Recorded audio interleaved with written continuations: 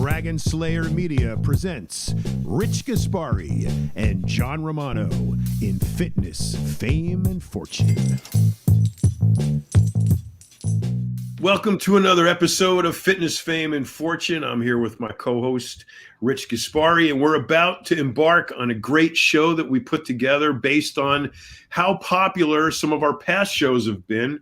And Richie, you know that while Lee Priest is the reigning world champion of views, no matter what platform he's on, but our two most popular shows, aside from Lee, have been Dave Palumbo and Milos Sarcev. So I thought, with their guru-esque rivalry sort of always been, dominant in cyberspace, why not get the two of them on a show together, and we'll talk about, pertinent issues in bodybuilding with respect to performance enhancing drugs, whatnot, and not talk about insulin, which is their, big debated issue. And so, before we get right to them, what I do want to do is make sure first you guys subscribe and like our shows. That always helps us out as we gain viewership, we gain traction, and that means better programming. And what I also want to make sure we get to talk about before we go into it is Richie's book, The Classic Physique Bible, that I helped you put together. And I'm thinking as much as that book covers, and when you consider the coupon you get for your discount in Gaspari Nutrition, basically that's a great deal. It's like the book is free. The book is free, with over 240 pages and embedded videos, for posing, off-season training, off-season dieting, pre-contest training, pre-contest dieting, a great plethora of knowledge throughout all my years of being able to get myself into the condition that I got into, where, at the time, it's funny how, I was a pioneer in conditioning, where to me, it was just getting myself in shape. But the book has all my tricks and what I did to get myself into, the best shape to compete against better genetically gifted bodybuilders that I was able to push myself into coming in second place, for over 3 years and top 5 for 7 years, in the Olympia. So it's a great book, $19.99, as you just said. You can get you get the book, and if you can get Gaspari Nutrition at 40% off, the book is free. Pretty much. So it covers the cost. At least, if you're going to spend the money on supplements anyway, you might as well buy yours. Yes. So. we have great supplements. We continue to come up with new ones, and it's a lot of fun. It is, and I've been getting a lot of reports. Not that I want to start plugging stuff, but Sizon, a lot of guys are really liking it, man. I got guys at the gym are showing me it's in their gym bag. They're pulling it out. I go, see, I got it. John, that's a tried and true. And again, it's not about plugging my brand. That's a product that's over 20 years old. And when I sold it, it won awards with bodybuilding.com and GNC as the best intra workout. Anyone who takes that product is guaranteed to gain 5 to 10 pounds. And it's nothing that's, dangerous. It's nutrients. It's got creatine, branch chains, hydrolyzed protein, 3 different types of carbohydrates, glycerol phosphates. It's just a great product, and I use it all the time. And I stopped using it for a while. I just started using it again. I gained 5 pounds, and not bloaty water, fullness, glycogen in the muscle, and you work out harder and stronger. And what we did, John, it's, and I can tell my listeners, we improved upon a little bit. We added more branch chain. There's 6 grams of added branch chains to that product, 4 grams of leucine with isoleucine and valine, the 5 grams of creatine, and the hydrolyzed protein itself is diantripeptide, which during intra-workout is the best time to take those aminos. That's the anabolic window. You take this intra-workout during this anabolic window that you're taking in carbohydrates, aminos, protein. You're getting your body to be in an anabolic state while you're training. Sure, and then it assists in recovery later because you exactly. All we did was give it a facelift. We gave that product a facelift. We gave it a cool look. You know, we call it Get Swole, but it's funny now. All the young kids are using it. I was just in a gym this morning, and a guy goes, "I love that Sizon. That's a great product. You just made that product?" Because I just found it. I said, that product is over 20 years old. It wins them out when they find out. This guy showed me yesterday in the gym. He pulled it out of his gym bag. He goes, "Look, man, I got it. This stuff is great." And because another guy told him to take it, not me. So, so I got I'm training in the gym with two guys and they're drinking, Sizon while they're training, and I'm not. So, well, I don't think I don't think well, we should get you on site. I know you don't believe in carbs. I would love it if you would send me some. Okay, we'll get you some. We're gonna get you some. But anyway, this show is a really good show.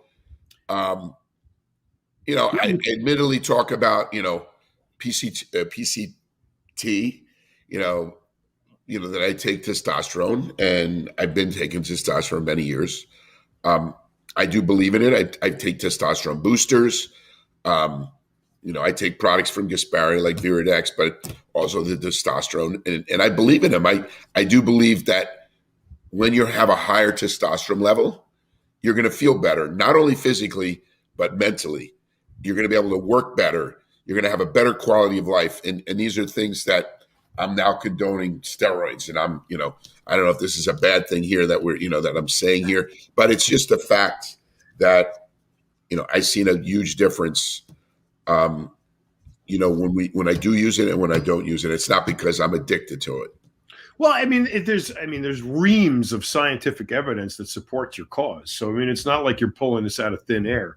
And, we talk a lot about it. I'm on testosterone replacement. I've been on for 14 years. Dave was on it. He's off it now. Milos is on it.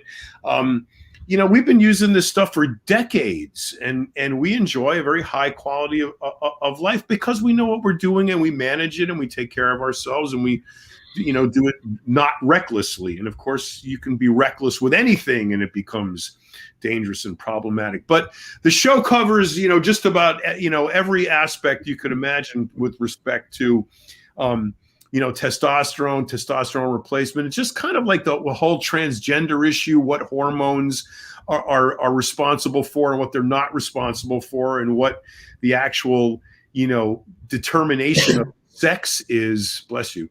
But with respect to the Olympic Committee, how they're determining your sex based on hormone levels and not your genitalia. No, I wouldn't even say genitalia. It should be based basically what he said is it should be based on your chromosomes. Well, yeah, and that would Dave basically said, are you an XX or an XY? That determines because you can have the surgery and remove your genitalia. Exactly. So it shouldn't be based off your genitalia. It should be based off your genetics of your chromosomes of XX or XY. You're right, because look at a dog. When you castrate a male dog, does it become female? No, it's still a male dog. But there you go. It should be based off your chromosomes, and that should be the answer. And we have nothing against transgenders. If any transgenders are watching this show, it's great. Follow whatever you want to do. That's your personal preference and that's your life. But you should not be able to compete in women's sports. And I fully agree with you. And I don't get political, but in this sense, I'm political to say you should not be able to compete in women's sports, because if you have used testosterone or if you had testosterone as a male, you're going to have a thicker bone density, stronger ligaments, tendons. You're going to be stronger. So even if your testosterone now is that of a woman, you still had those benefits from when you were a man. Right. It doesn't erase. Leave it at that. And we talk a lot about it on the show, and we can basically say, again, if you guys love the show, subscribe, like the show, comment, because John and I love doing this, and we're seeing the show grow, and it's a lot of fun. We've morphed it into a show that, it's not only about, entrepreneurship, which I'm very much want to talk about, finance and running a business, because I think that's very important as well. Yeah. But this is Fitness, Fame, and Fortune, so we could talk about the fitness side like this. and we could define fortune in a lot of different ways. Yes.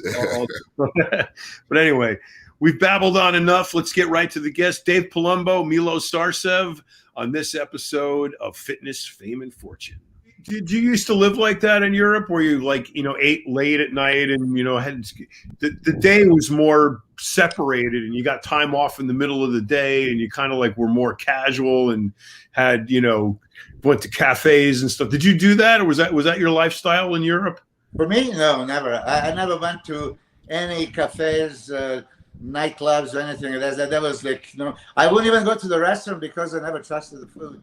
I mean, I don't know the level of fanatism of Rich, because Rich in the 80s achieved that crazy conditioning and everything. But for me was when I was going into the IBB pros, I swear to God, I had a midnight alarm. I had to have my protein shake. 3 o'clock in the morning, protein shake. 6 o'clock, breakfast. And then every 3 hours, 8 meals a day religiously. That's 1988. Yeah, this is how I was. I was pretty much like that as well. I was so strict in my eating and sleeping, taking my naps. I wrote everything down in a log of what I did. Yeah. And how I felt after the meal, how I felt after training, what I looked like. And we talked about experimenting. When I was competing, they were Mike Menzer said a carb is a carb. And he said, it doesn't matter if it's sugar or if it's bread. And I'm like, that can't be true. And I started experimenting with, different carbs. And I basically did a diet with pasta and bread with exactly, 300 grams of carbs. And then I did it with sweet potatoes and brown rice. And I wanted to see the difference. And I held water on, the exact same amount of carbs from the bread. And I said, there's something in bread, in pasta, that makes me hold water. And that's when I discovered about, gluten. And I said, you hold water from gluten. And that was back in the 80s when I figured that out. Yeah, he simplified as any carbohydrate is going to break down to the glucose, and 45 grams of carbs from here or 45 grams of that is going to end up with the same amount of glucose in the blood, but it's not exactly the same. As glycemic index, glycemic load, timing, everything else. It doesn't work that way.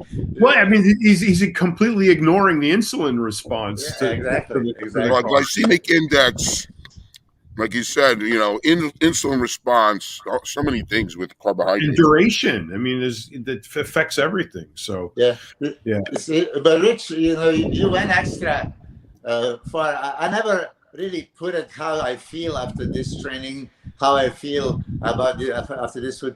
I was writing my workout programs and amount of cardio, and then every 7 days at the same time, at the same place, same distance, I would snap the pictures. Yeah. So I would have a comparison shots. And then what I did after 91, I had the journals from 87 to 99. And so when I turned pro 91, everything I did 75 days before the show.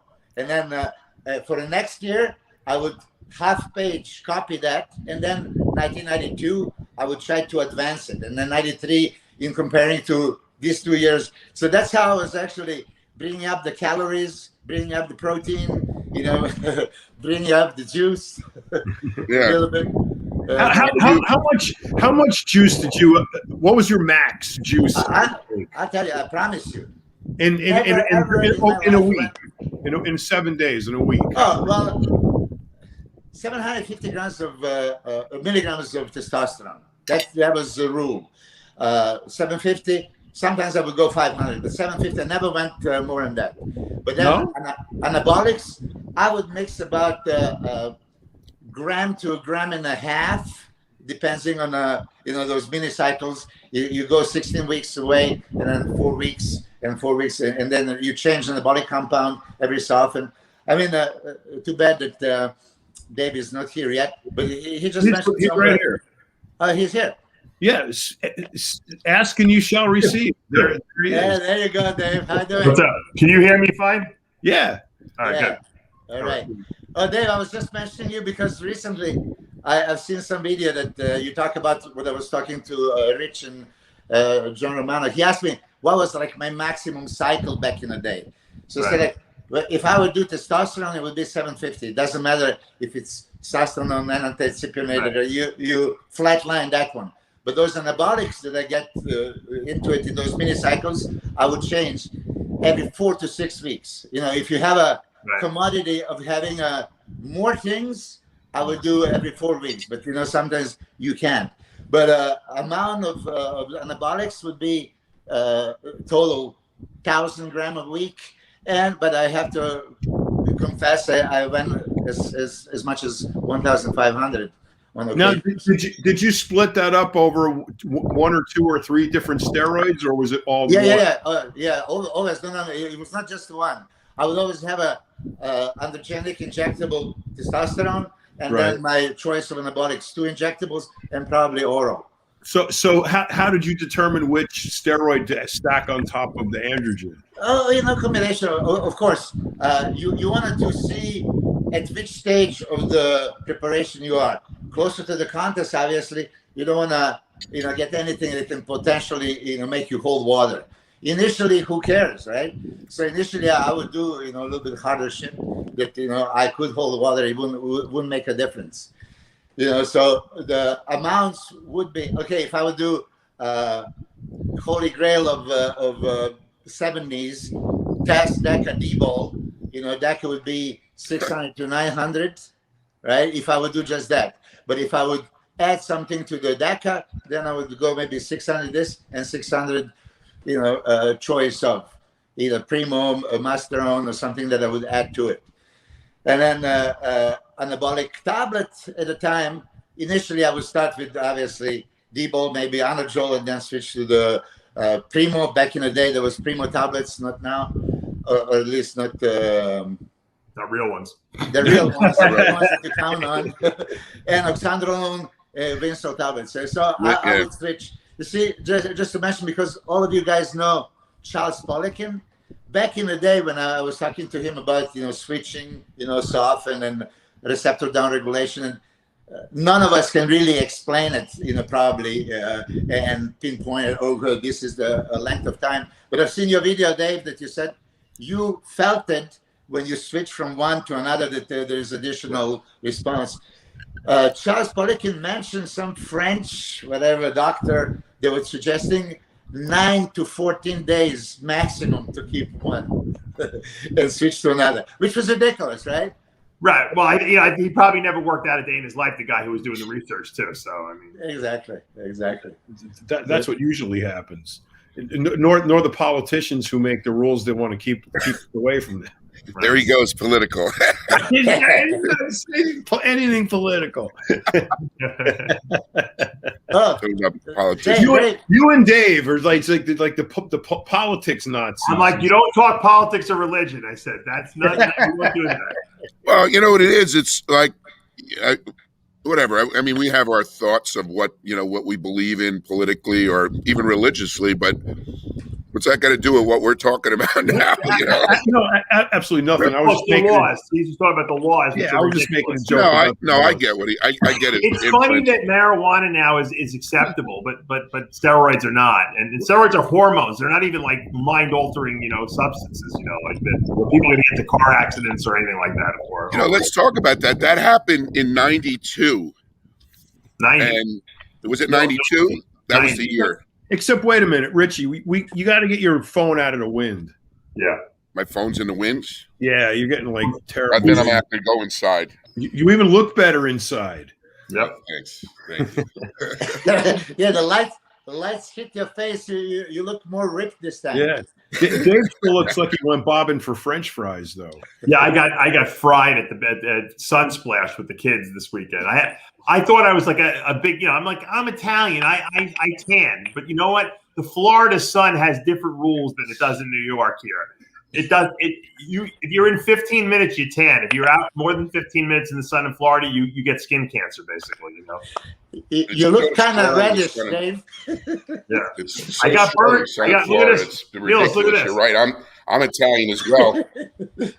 I got burnt. Not even burnt, fried. Dave, you pretty much.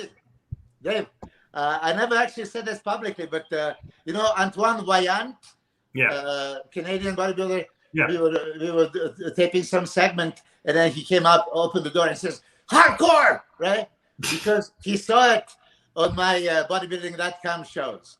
But then, you know, I was thinking back, like, God damn, who did I hear that from? I said, oh, that was Dave. 1995, and you and I did that photo shoot for a hardcore. You know, segment. I remember you were in the locker room and slammed the locker and screamed that. But you want to be, it was like a wrestling thing because it was Extreme Championship Wrestling was combined with bodybuilding. They had wrestlers in the commercial, and I got a big mouth, so they liked the fact that I was able to scream like a lunatic into the camera, and you did. But honestly, I mean, you did it so perfectly, and it echoes in my ears, but I can never pull it off. I have this stupid girly voice, you know. Like, oh, you got an accent. That's why you got to skate. Not just accent. You know? accent. I have a girly voice, like I hate it. Hey, Dave, that's what I was going to ask you. What?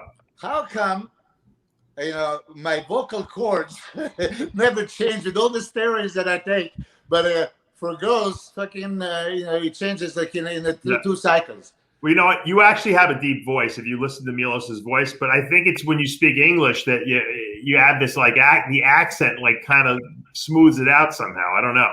Yeah, it's the same reason why you see some girls that are like from other countries. They got deep voices from the steroids, but you don't even notice it because the accent kind of smooths it out a little bit, you know? Yeah, somebody told me you don't speak same on Serbian and English. I don't know if you guys have heard me speak like when my early days in my 20s or 20, my voice was so much higher than it is right now. So my voice definitely changed. Oh, you see, yeah, it's noticeable. There was some interview he did. He was like 20 years old, and he's sounded like a teenager. And then now he was a teenager, John. He wasn't. I was a teenager. That's right. He was a teenager. He sounded like a teenager. You know, I tell women that. I say, look, you think you're not getting side effects from these drugs you're taking because you've only been on them for 6 months. But it's a cumulative thing. You don't realize it takes years to go through puberty. You keep doing it, you're going to get deeper and deeper, and you're going to get more and more side effects. Your jaw's going to get thicker and thicker. It's cumulative, and no one does one cycle. We know that already. So don't delude yourself into thinking that's what you're going to do. You know. So that's New Zealand weightlifter, transgender Laurel Hubbard. Okay, so now is qualified for the Olympics, and through this qualification, I have come to understand that the Olympic Committee classifies your gender not based on your genitalia, but on your hormone levels. Yeah, which is ridiculous. By the way, before you say anything, I got Richie a little present here for Dragon Slayer. Oh, cool. Did you get that at the park? Wait, hold it up. I got. Oh shit! Shit. There goes the dragon. There it is. The dragon. You guys are the same color. Yeah, we match. We're the same complexion. You know, it's funny. Tyler was reading in the studio, and he was playing around with different lighting things, and he was using red light. I said, "Can you please use a different color light?" I said, "I'm red enough." I said, "You're going to make me look like I'm a freaking lobster." I said. Well, you do. I do. So back to the Olympics, classifying gender hormonally. Yeah. So how is that even logical? That's why they won't let that South African female, who's actually a biological female, that Caster Semenya, they won't let her compete because her testosterone is naturally too high. That's ridiculous. And you know what? My endocrinologist brought up a good point. He's a good friend I grew up with my whole life. He said, you know, there's a I forget what it's called. There's a syndrome where there are actually men. I think they're men. They're men that don't respond to testosterone. So they produce a lot of testosterone, but they don't respond to it. So they look like women. They completely look like women. You would never know unless you sex tested them. He's like, how are they going to deal with those women? With those men, because you can test them. Their testosterone's through the roof, but they don't actually respond to the testosterone. Well, how do you classify them in the Olympic scheme of things? Hey, can I jump in on that one? No, Yeah, because please. you guys all get the kick out of it. I went to Thailand with Dennis James, right? And Dennis takes me to some competition. There was Miss Tiffany. So I go there, so here's the cake. How about it? And it was like 80, girls. And I'm looking like, whoa, shit, they look phenomenal. I'm into Asians, as you guys know. yeah. So, so he goes, let's move forward. So yeah, like, okay, well, what do you mean? And then he smacked me like, they're all boys. Like, what? Listen, okay. I said, no. So I went there, like, analyzed them closely, and maybe 5, 6 out of those 80 could be a suspects. Not even, they're just a suspect. They're just as feminine as it can be. Like, God damn. No, well, you see, that's when you say about hormone levels over there is legal. The guys can become girls very easily. Some with the surgery, some without it.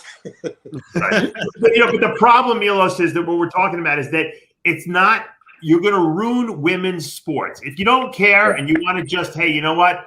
No more women's sport. Everyone competes against each other. That's fine. But if you want to have real women's sports, you cannot put biological men into women's sports because they're superior. Because they've been exposed to testosterone early in their life. It changes their bone structure. It changes their tendon and ligament strength and attachments. And it's not fair. You will eliminate all the women from the sports, and all the top record setters will be transgender men, basically. Yeah. Well, that's what you got. That's what you have in weightlifting right now. This New Zealand chick, bride, whatever, is qualified for the Olympic team, and she's 45, and she's doing that. Imagine when you get someone in their 20s who are doing that. Exactly. So how? My position on this, you guys comment. My position is that just because you do something, whatever it is, doesn't mean that somebody else has to provide you with a venue to showcase it. Right. So if you right now, sports have been established based on long-standing factors that determine sex. It's genitalia. It's whether you're a man or a woman. It's period. Chromosomes, XX, XY. Chromosomes, too. Right, exactly. You are a man or a woman. Because if you're a woman, John, with an XX chromosome and you produce extra testosterone above what other women produce, then you're genetically superior. You still should be able to compete with the women. That's why Ronnie Coleman was Mr. Olympia, because he was better than us genetically, hormonally, myostatin-wise, whatever it is. That's fine. He's a male. You know what? The great thing about bodybuilding, though, John, is I don't even think that they should make. If you're a woman and want to compete with men, or a man want to compete with women, let them. I say, because you know what? It's a cosmetic thing. It's not an athletic performance thing. If a guy can look better than a girl as a girl, then he deserves it, right? Right. But even in that sense, the most muscular woman, I would have to say, is maybe Iris Kyle. I don't know where you guys think. They still can't compete against a man. Yeah. Well, the problem is they're not going to take the top off, Rich, and that's the problem. If Iris wanted to become a man and she got, whatever, and she wanted to do that, then that's fine. But you know what? I think the women's, like you said, structurally look different than men structurally. So it would be hard to there was a quite popular meme floating around a few years ago of a female bodybuilder, and they had photoshopped off her boobs and her top and gave her like guy pecs and molded it in, perfectly. And there was outrage. So many women were outraged over that, but now here we are. Literally here we are. So my question to you guys is, you can go around, the advent of this transgender element now, if it is allowed in sport, and as it stands, how much credence are you going to give women's sports after that day that happens? Well, it ruins women's sports. That's the problem. And because if my daughter wants to go and try to get a scholarship to college, and become a professional athlete, she's competing. If once she's competing against guys, now she's losing out. That's taking away spots from her, and it's not fair. You might as well not have women's sports. Why don't you just make one gender sports? And make weight classes like they do, or the different leagues. Like we do in bodybuilding. That's all. Have a change the rules. In other words, have basketball, but have basketball with, we could call it basketball light, for so it's more even. So the transgenders can compete with the women, compete with the men, and and then you have the high end basketball with the hoops higher, that kind of thing. I don't know. The only place I see that being a problem is in lingerie football. I got news for you. Get some of those lady boys that Milos was talking about. Yeah, listen, I mean, now I see that, John, you're quite upset about it. And I see that we all agree it shouldn't happen, especially Olympic Games, most premier sporting event of all time, right? You're going to allow this. So I didn't think of this ever before, but if you want to get transgenders into the competition, okay, make the third gender category. And there they you can go. Compete right there. Okay. That's what I agree. Just do a transgender category. Rights and whatever, there. That's your category. The problem is, yeah, John. Well, in stopping short of that, that's definitely viable. Could there possibly be, let's put this to rest once and for all, could there possibly be a hormonal therapy that you could employ that would straighten this out? Or is the structural issues initiated during gestation the ultimate end all to this being impossible? Well, go ahead, Dave. Look, we said it yesterday when we did After Hours, John. We were talking about this. You can take a mediocre man, a guy who's skilled in MMA fighting. Right. But mediocre, doesn't win, loses mostly, and you put a wig on him, and now he's the champion of the women. He's beating not only some women, he's beating all the women. Okay, that's the problem right there. But the idea, you get a high school sprinter who's going to beat the best woman in the world at the Olympic Games. So that's established, but the issue is the Olympics are saying that it's hormone level. But it's not. Hormone. So my question is there a way hormonally to undo Mother Nature, what Mother Nature has accomplished? No, I don't believe that. I think unless you're taking them before puberty, testosterone blockers, I don't think there is a way. Yeah, well, can I jump in on that one? Okay, this is the first time I heard that kind of subject. But let's talk about doping, right? And passing the doping test. This is adjusting the hormonal levels to the amount allowed. This is possible, and somebody can brainstorm and adjust it to the point that you can pass any level. Doesn't mean that you're not fully on doping. Passing the test. Look. When I worked with Charlie Francis back in 2000 in Balco Labs, Charlie Francis, as you guys know, it's brilliant coach of Ben Johnson.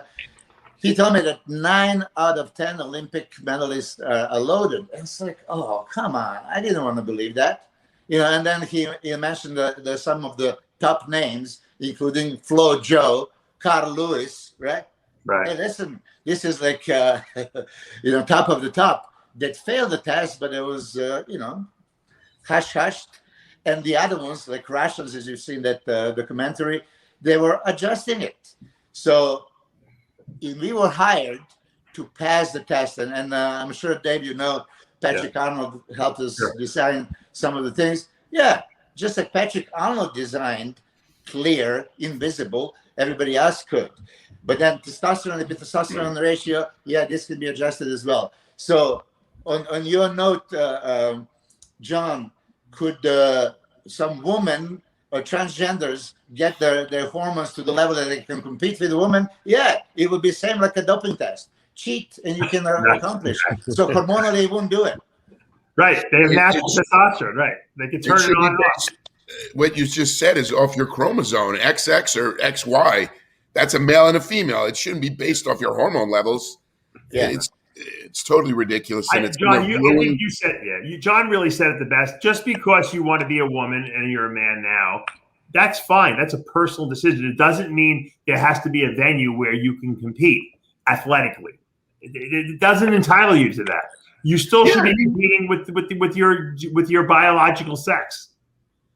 Agreed. You got there's trade-offs to everything. I mean, and you got to accept the trade-offs. You can't decide to do this with impunity. So I mean, so if you're going to become a transgender athlete and you want to continue your sport, that's on you. But don't start infiltrating someplace where you clearly do not belong. It's so because you think you're entitled to it. That's just completely false. Yeah, I agree. So, what about this BMX transgender who basically, again, who says you're going to compete if she wins the gold medal, or he, transgender, whatever you want to call him, wins the gold medal, that's she or he's going to burn the American flag at the stand. Right, you're getting political. Political. Well, I'm just telling you what you're saying. Back into the politics. I can hear that. Yeah. But again, it's a bike rider that's a man who became a woman. They're not going to be as good of a bike rider than a woman. And society as a whole gives way too much credence to the intellectual capabilities and critical thinking skills of your basic branded athlete. All they have to do is say something, and there's legions of people take it as gospel.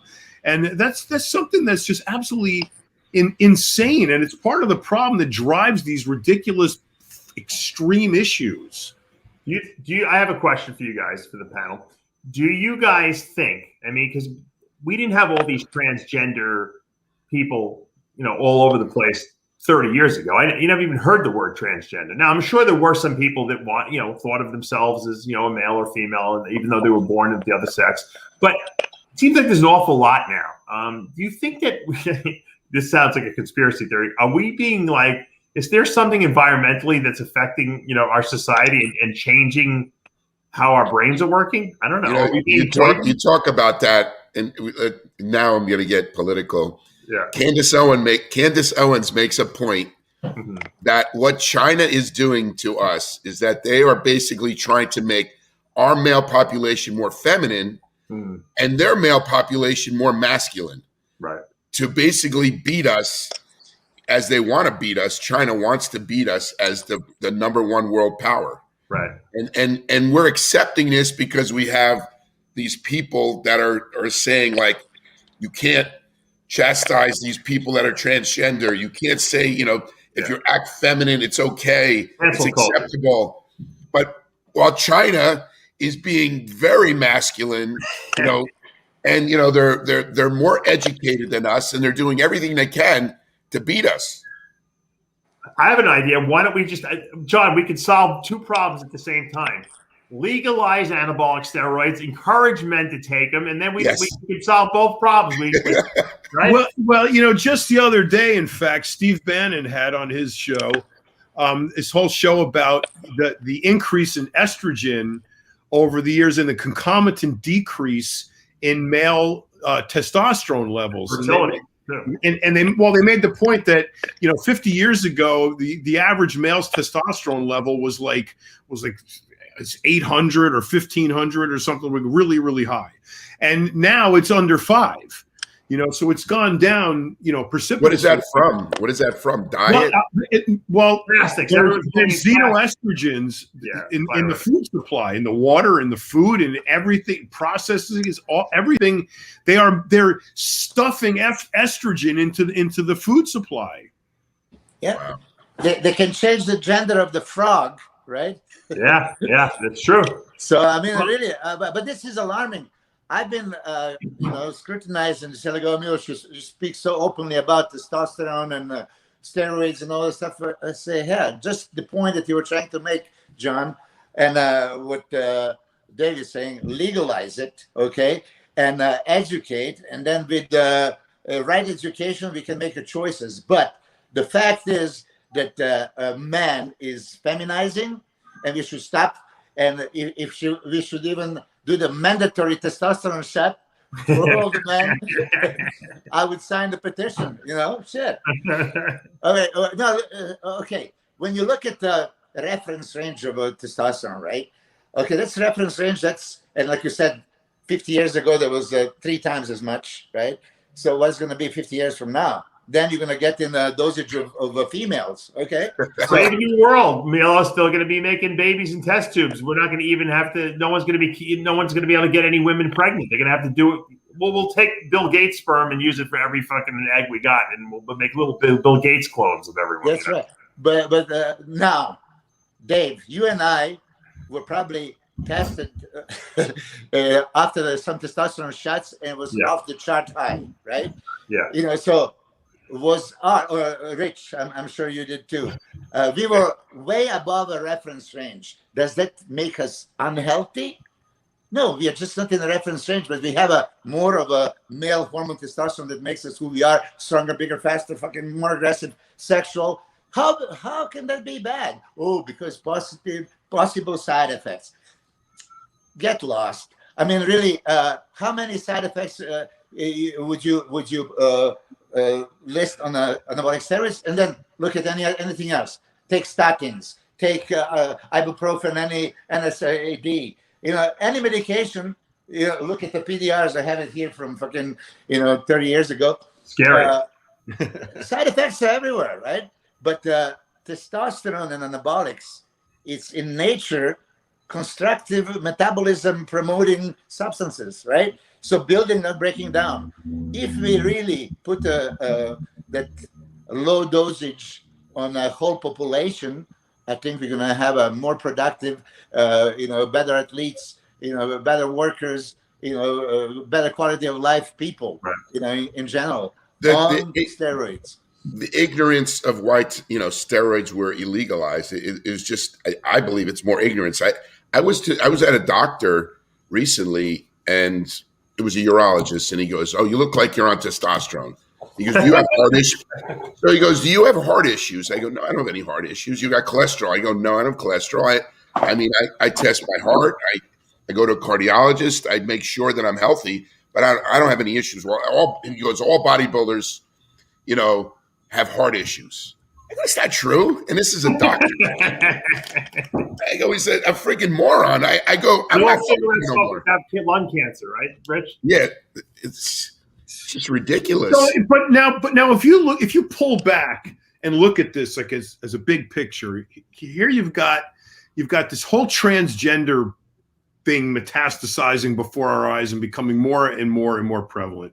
You have the virtual demasculinizing of America, basically. I can't even speak English anymore.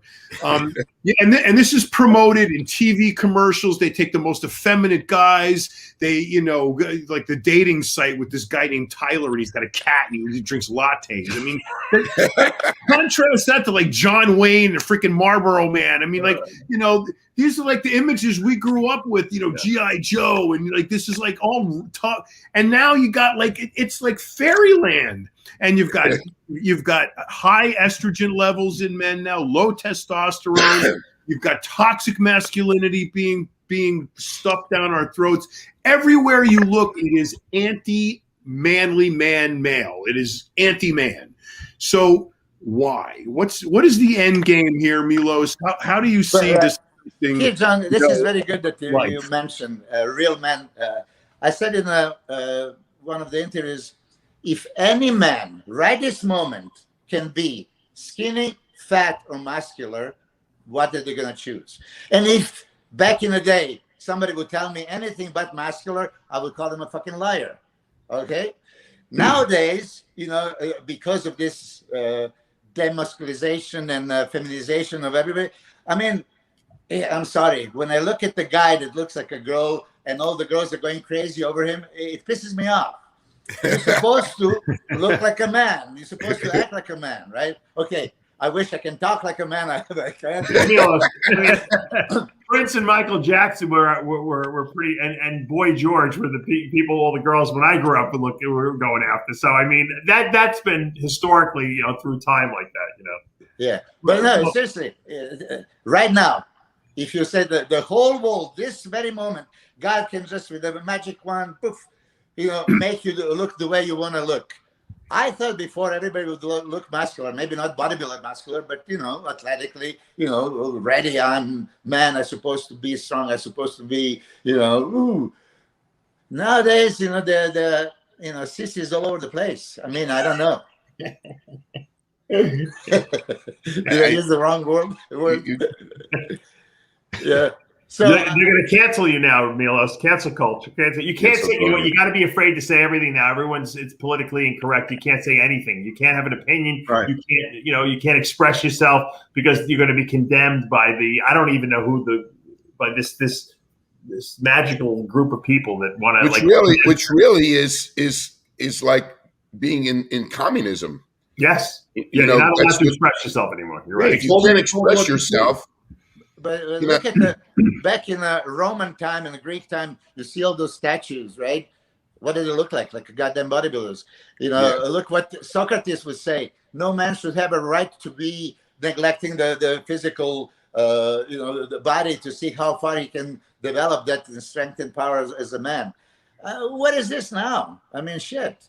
Like you said, first you start with the technology and computerization and iPhones and shit like this. Now you say, yeah, it's good to be transgender. It's good to raise your female hormones.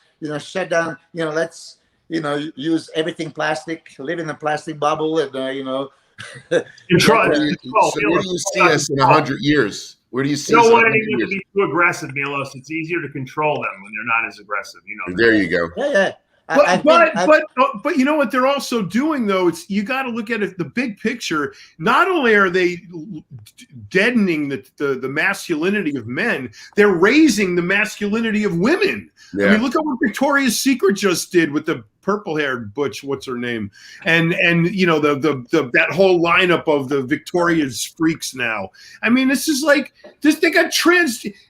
This is like nuts. So they're masculinizing women and feminizing men. Right. What? I hope we're just going through a phase, John. No, but I mean, are we striving for global androgyny? What's the point here? Everyone wants to be equal, right? So again, I'm telling you, they're not doing that in China. Milos, have you been in China? Are they more masculine in China? Yeah, we've been in China. No, of course. There you go. Pumping them full testosterone, Milos, right? The Chinese are pumping the men through full testosterone. Yeah, but full testosterone in China. So the most testosterone-laden nation in the world is our potential enemy. Exactly. Yeah, that's comforting. Average cycle over there is 2,000 milligrams. There you go. 2,000. Not kidding. Is that true? Wow, that's high. That's the president. That's the guy who runs the country. Wow, that's the president.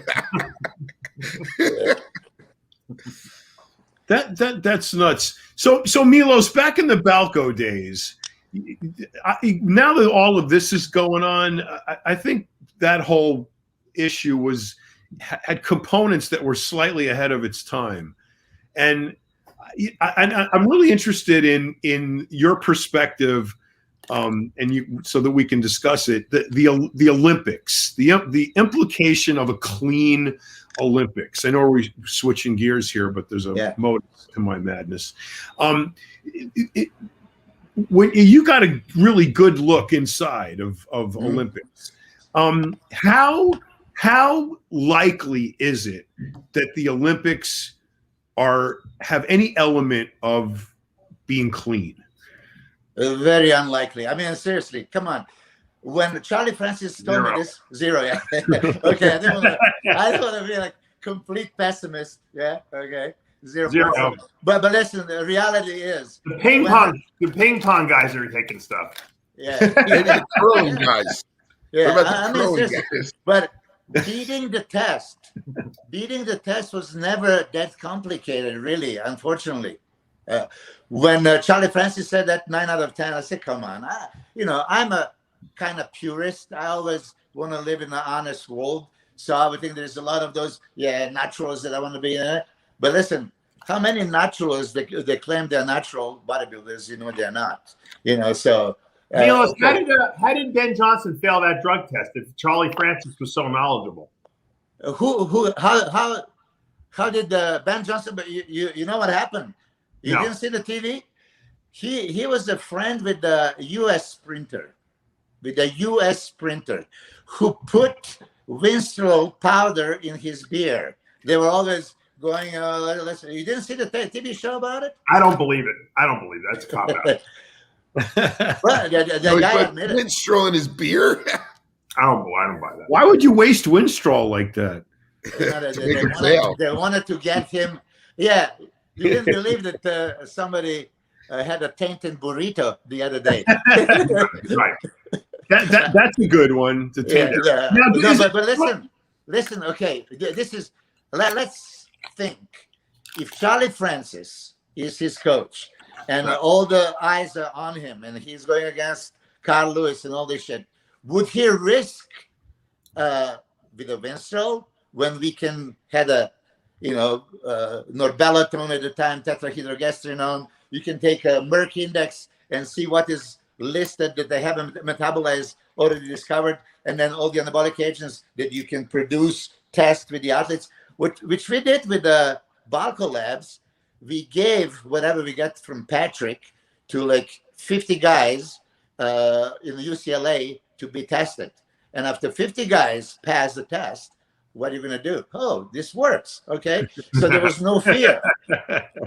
But why would Charlie Francis at a time with Ben Johnson risk taking stanozolol that was long discovered? So we can have a different opinion. You think that was not the case? I actually believe that. Okay, if I want to go to the Olympics and I have a ill will, I would put in all the salt shakers some kind of fucking shit that you can salt your eggs in the morning and ruin everybody's Olympics. It's possible, no? Of course it is. And but it sounds unlikely though. It's unlikely, but okay. If you and I are friends, like Ben Johnson is this guy, and you're having a beer, every day, let's get to the beer. And he admitted, this guy admitted. And Milos, Ben Johnson was drinking beers like before he ran the 100 meters finals. You don't have to drink the night before, right? Winstrol has very short metabolites. Up to 4 to 5 days, it can be discovered. So Ben Johnson, 5 days out from the Olympics, was drinking beers? Come on. Listen. As I was privileged to be able to do the diet for Tim Montgomery and Marion Jones. Right. When you know what they're eating.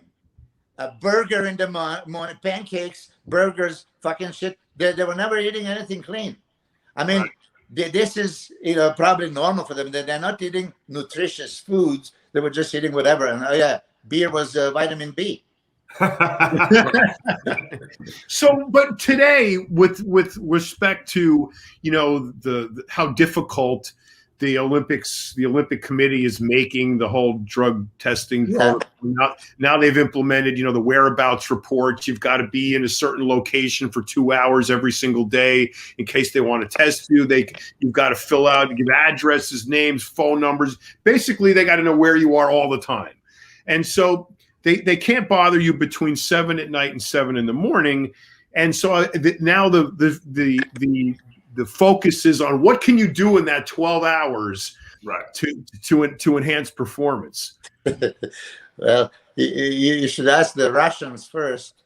What did they discover? I mean, very well.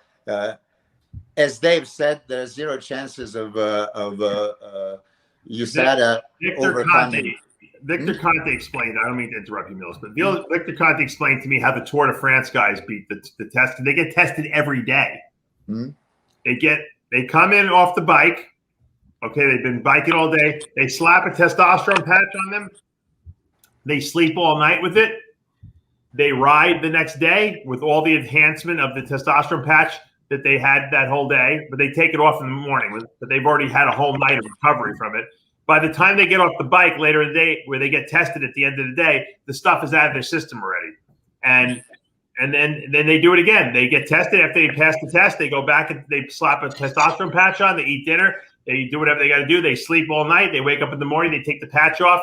They ride all day, and then that's how they do it. So and they can beat the test every single day. So there you go, John.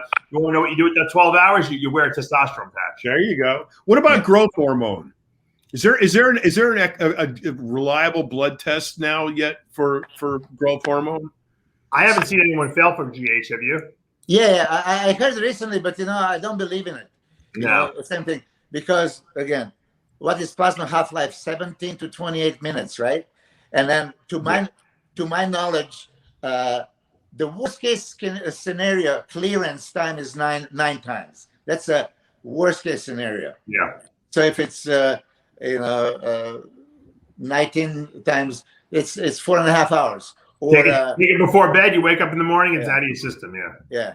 It's so conceivably, then testosterone and growth hormone are just always going to be available. Yeah. Part of the deal. Yeah. The interesting thing, John, though, always was, everyone condemned, what's his name, Lance Armstrong.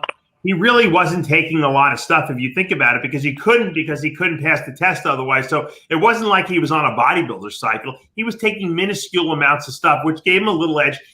That's why when people say, "Oh, Lance is a cheater," I'm like, he still would have won. If there was no drugs in sport, he'd be the best cyclist. It's a shame what happened to Lance, because he was one of the greatest athletes alive for what he's been able to do to win all those Tour de France's and then get him taken away, as you said. But I thought these guys failed from blood doping. No. The problem with Lance was he was a dick. People didn't want, and he was a very nasty guy. He ran his team like a dictator. And when Floyd Landis, failed that, remember he won the Tour de France, he failed the drug test. Right. Well, he wanted to make a comeback when Lance made his comeback, and Lance wouldn't let him on the team, even though everyone knew they were all doing the same stuff. Floyd's like, "You're doing the same stuff. I know what he's like, you're not coming to bad PR for the team and everything like that."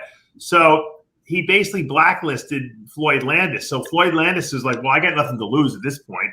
And they were trying to get Lance, the feds. And so Floyd just said, "Fuck it, I'll rat him out. He's gonna try to ruin my life. I'll ruin his." And that's what it amounted to. If Lance would have never made that comeback, nothing would have ever happened. He never would have lost those titles. He'd still be the greatest of all time, Floyd was bitter too, because they gave him the shitty bikes and the they gave this bad equipment, and he was always like second fiddle, and he just, you got to give some blame to him. He wasn't very accepting of his position. But he won. He won the Tour de France, and they took his titles. But Lance won 7 of them. So it's like 8-time Mr. Olympia and a 2-time Mr. Olympia. Right. Who's going to get the better parking spot? So the guy who tips the highest. But Frankie Matassa. Right. So now here's another question. So now you've got a list of banned substances, and people assume that because the substance is on the banned list, that there must be a test for it. But in a lot of cases, that's not the fact, correct? Well, I don't know. You see, if it's banned list already, they have a metabolite so they can test for it. Yeah. This is how it is. You see, back in the 90s when they implemented that, IBBs, not Olympic Games, but we got the list of diuretics. Of course, as soon as we got the list of diuretics, I searched and I found 5 different ones that were not on the list. There was cypamide, indapamide, it was toracimide at the time. There was Altazide, there was several of them. Pyretanide, I used at Medal of Champions pyretanide, play second, right? And Vendemila calls me, "Hey, Milos, bad news, you failed the test." I said, "Bullshit, no way." Oh, so yeah, you use pyretanide, okay? See your list. It's not on the list. I said, "Oh, goddamn." I said, like, listen, I have 5 more. Just test me every time. But so when we were talking about right now, Dave just told you what Victor Conti told him about testosterone patches. GH cannot be, tested for. I don't care what, you have to test it like, 2 hours after you shoot it, maybe, if you're that unlucky. But as Patrick Arnold created clear, okay, how many other chemists can manufacture? I was going to ask you think there's any more out there like that that's undetectable? It's guaranteed. I mean, really, the way it works, this is, and Dave, you like to do the research in the Merck Index, for example, they have a list of all the anabolic compounds. Right. And then you've anabolic compound, okay, stanozol. Oh, yeah, it's produced in whatever, 1940s or whichever year in this countries, and metabolite of this would be whatever. So you're going to be cut if you use it. Metabolite is found. You know how all these people retrospectively get banned because they found tetrahydrogastrinone, and then they find the metabolite, and then they took the P test and retested, and that's how they failed. So right now, you can probably get another 10, 15, 20. There was never manufactured anywhere in the world, okay? And I'm sure that, some countries are doing it. I'm sure that maybe some advanced chemists here is doing it. Okay, so let's not speak ethically. Ethically, we should all be natural. We should all, this is ethically. So if you go into the contest, but if you go to the contest and you know that 9 out of 10 other people's are juiced, wouldn't you want to try to take advantage yourself and then maybe hire the team of doctors and scientists and chemists to make something, test it, pass the test, and say, oh, I'm clear. I can use it. The only danger is you can be retested so many years later, and have that fate of, getting taken away all your medals. But can you beat the test? For sure. Richie, when you hear all of this, doesn't it just make more sense to you to say, just let's legalize all the freaking drugs, and it's just using them correctly is just part of the deal? I believe so. I mean, they've demonized testosterone. Why? Because of people failing drug tests, in sports. And it wasn't because it was killing people, like heroin or other drugs or cocaine or these other recreational drugs. What was the real reason for, making them illegal? Because you were cheating. So I agree, with Milos, and I would make testosterone legal. I mean, there's nothing wrong with it. Listen, in my 50s, I take testosterone because it makes me feel good, and I take, smaller doses because I'm not competing. But I believe it 100% makes you healthier if you're supervised taking them. Yeah, I agree. I would make it mandatory, not just legal. Mandatory. We can nationalize the society. What, Dave? I gotta, John. I gotta go because I gotta do another interview. But I want to thank you guys for inviting me, and I think this great conversation, and I think the conversation is ongoing because this debate is never going to end, and because there's always two sides to it. That's the problem. Definitely. Well, we'll continue the debate, down the road. All right, Dave. Thank you. Thanks for having me, guys. All right. How about you when you saying make the drugs mandatory? What about for cops and firefighters and soldiers? Don't you think they should be on a aggressive cycle of something to make them more ferocious? What do you think Hitler put the Nazis on it? Why? I mean, let's face it. I mean, seriously, this way or that way, doping makes you physically superior. Okay, would you want to have soldiers that are physically superior to the army? Yes. Police to be superior to the normal criminals? Yes. There many aspects how I look at it. I always think that to the point, as Rich says, with supervision. But we know that even many bodybuilders with no supervision and doing even kind of crazier stuff, they got away with it, now 20, 30, 40, 50 years later. Seriously. Mhm. Okay, it's probably wrong for me to say that because, possible side effects. But I know abusers, heavy abusers, they're now my age, right? And they're still kicking.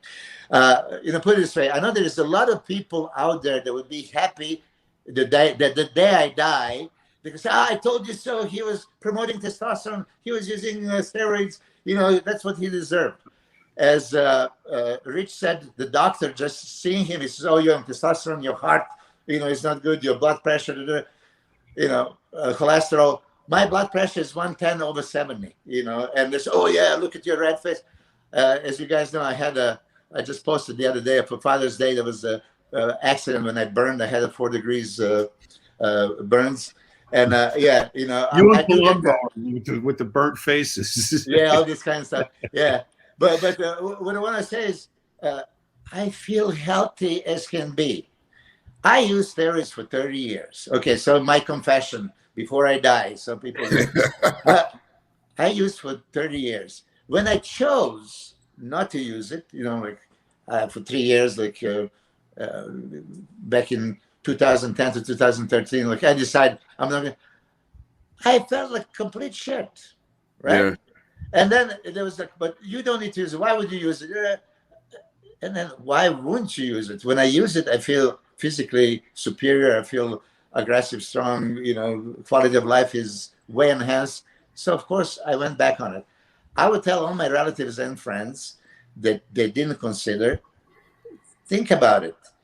So only thing that you're going to change is, you're going to put a little bit more of the, male hormone that makes us who we are. So you're going to be more of the male. Don't you want to, be that? Don't you want to be a little stronger? Don't you want to recuperate faster? Don't you want to, be sexually, a maniac, at whatever age?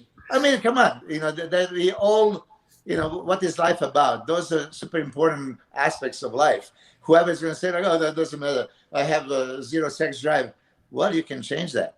You can definitely change that very easily. Milos, you do a lot of research. I know you do. So, are you look at long-term effects of using testosterone or using, small doses?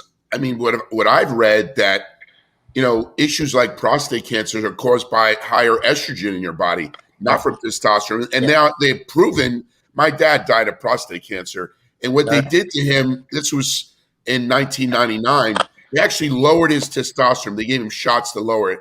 Now they find out today that it's not testosterone that exasperates the cancer. Listen, you can find this research. I didn't save it, but I can Google it again. In testosterone clinics, they are giving testosterone even to the prostate patients. Now that you say that, and this is published already. So long-term studies. Okay, listen. For me, how long do I'm using it for 30 years already, right? And I plan to use for next 30. You're using it yourself right now. You're a very educated, intelligent man, and your choice is to use it. Why? You use it before you experience the effect of it. You research. You know that your quality of life is way better with it. Okay. If we speak openly about this, like in this show, a lot of people are gonna judge us. Say, "Oh, look at these! They promote steroid use. They promote testosterone like we are evil." I'm giving you the best possible advice any man can give you. Consider testing your testosterone and then see if, especially if it's low reference range, wouldn't you want to just experiment and see what would happen if you go to the higher reference range? And then when you're at it, what if you go above the reference range for a while and see it? This is when Clark Kent becomes a Superman. That's what I said all the time. That's what Clark Kent, Superman is Clark Kent on steroids and testosterone. That's it. I agree. It's not only on testosterone. You don't only feel physically better, mentally better. Not only because of depression, you think more clearly. Everything, I feel you do better. Yeah, quality of life. Yeah, quality of life is way enhanced. Yes. way 100% that I see a quality of life much better. And like you, Milos, I went off for years and had the same effect of, depression, felt terrible. I was trying to say, I don't need them, but, using them, and I do get blood tested, and I show that, my red blood cell count is not up. Yeah. My cholesterol is normal, and I feel amazing, And The only thing for me is 60. cholesterol is not good, but my mother, father, sister, everybody has it. That's, as you know, it's hereditary, mostly. But all the other markers are perfect. I've been on test replacement now for about 14 years, and I had to go off it at one point when I changed doctors, because he wanted to get my real levels, for his records so he could prescribe it to me. And when I went off for 30 days, Milos, guess what my level was after 30 days? When it's normally around between 15 and 1800 on 250 milligrams of cypionate a week. Guess what it was after 30 days? I'm going to shoot low. I'm going to say like 400. 64. 64. 64. 64. Is that we were talking earlier before about having the testosterone of a schoolgirl? Yeah. That's yours was. You see, hormonally, you could enter Olympics as a female. Right, exactly. No problem. But now, isn't it amazing though that we have this ability to? I felt like terrible at that level. Even if it was just for a few days, I could notice it, and I couldn't wait. As soon as that blood test was over, man, I was. Yeah, I had loaded the syringe before I went to the clinic. That's how excited I was to do it when I came back. But they're gonna call us addicts, right? We are addicted to it. Oh, you so you can be without it. I said, listen, it's very easy to be addicted to something that makes you feel superior. Do I want to feel superior? Yes. Can I do something about it? Yes. How unhealthy really is. How unhealthy? That's the whole point. There's just the data doesn't exist. It doesn't exist, but when Rich Gaspari and myself that use this for 30-something years, right? You're on 14 years testosterone replacement therapy. Everybody else is vocal about it and talk about it. They wanted to hush us. No, don't talk about it. And it's also like illegal. You mentioned cops. When I was in jail, of course. Every single one of them came to me for advice of giving them a cycle. Every single one of them. Okay. The prison guards. Should our army and police, be on it? Yes, but why not the whole humanity, all the mankind? Why not? Because it will make you sterile. Temporarily sterile. I have 3 proofs of that not being. Well, as you know, I had a baby 2 years ago. In my mid 50s. Ronnie Coleman has 8 Olympias and 7 kids, right? They're all his. So you can see that it doesn't affect that as well. No, it's all good. But we're going to leave the testosterone there on the table and pick it up next time. We're out of time, guys. Yeah, no problem. But it was, once again, this combo works. So hopefully, enough people are going to watch this, subscribe to the channel, hit the like button, and ask for more of this kind of programming, and we'll give it to them. So until next time, thanks, Milos. Thanks, Richie. Anytime. All right, guys. Good to see you. Bye.